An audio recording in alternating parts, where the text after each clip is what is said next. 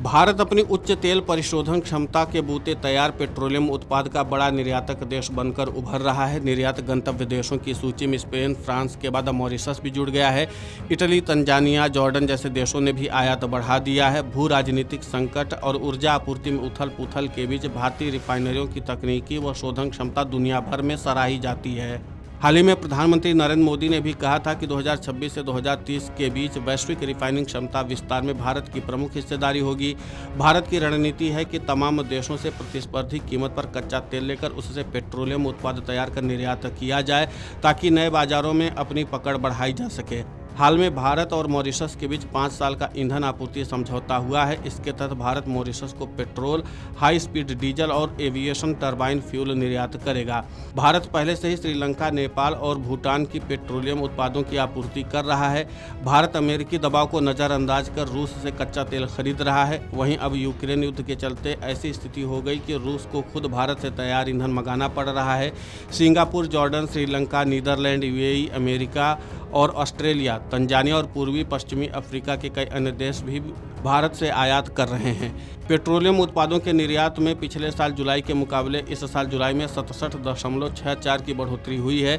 Iran युद्ध के दौरान इसमें 42.64 की बढ़ोतरी हुई। भारत दुनिया का तीसरा सबसे बड़ा देश है जहां कच्चे तेल की सबसे ज़्यादा खपत होती है, लेकिन भारत में खाड़ी देशों की तरह तेल के कुएं नहीं हैं। इसलिए भारत इस ज़रूरत को पूरा करने के लिए कच्चे तेल का इम्पोर्ट करता है। सरकारी आंकड़ों के मुताबिक भारत अपनी ज़रूरत का 88% कच्चा तेल इंपोर्ट करता है। इस तेल को खरीदने पर हर साल 13 लाख करोड़ रुपए से ज़्यादा खर्च होते हैं। लेकिन यहाँ एक बात यह भी है कि भारत भले ही कच्चे तेल का तीसरा सबसे बड़ा इंपोर्टर हो, लेकिन कच्चे तेल को रिफाइन कर उससे पेट्रोलियम प्रोडक्ट्स बनाकर एक्सपोर्ट करने के मामले में भी 7वां सबसे बड़ा मुल्क है। इसकी वजह क्या है हम आपको बता देते हैं। सबसे बड़ी वजह यह है कि भारत की रिफाइनरियों की ताकत। न्यूज़ एजेंसी रॉयटर्स के मुताबिक भारत की 24 रिफाइनरियां मिलकर हर दिन लगभग 56 लाख बैरल तेल रिफाइन करती हैं। इनमें कुछ सरकारी हैं तो कुछ प्राइवेट हैं। रिलायंस इंडस्ट्रीज, रूस की नायरा एनर्जी और एचपीसीएल मित्तल एनर्जी मिलकर कुल रिफाइनिंग कैपेसिटी का लगभग 40% हिस्सा कंट्रोल करती हैं। क्योंकि भारत और मॉरिशस के बीच एक अहम समझौता हुआ, इसके तहत मॉरिशस को भारत पेट्रोल, डीजल और एविएशन टरबाइन फ्यूल का एक्सपोर्ट करेगा। पेट्रोलियम मंत्री हरदीप सिंह पुरी की 21-22 अगस्त को मॉरिशस यात्रा के दौरान इस समझौते पर दस्तखत हुए।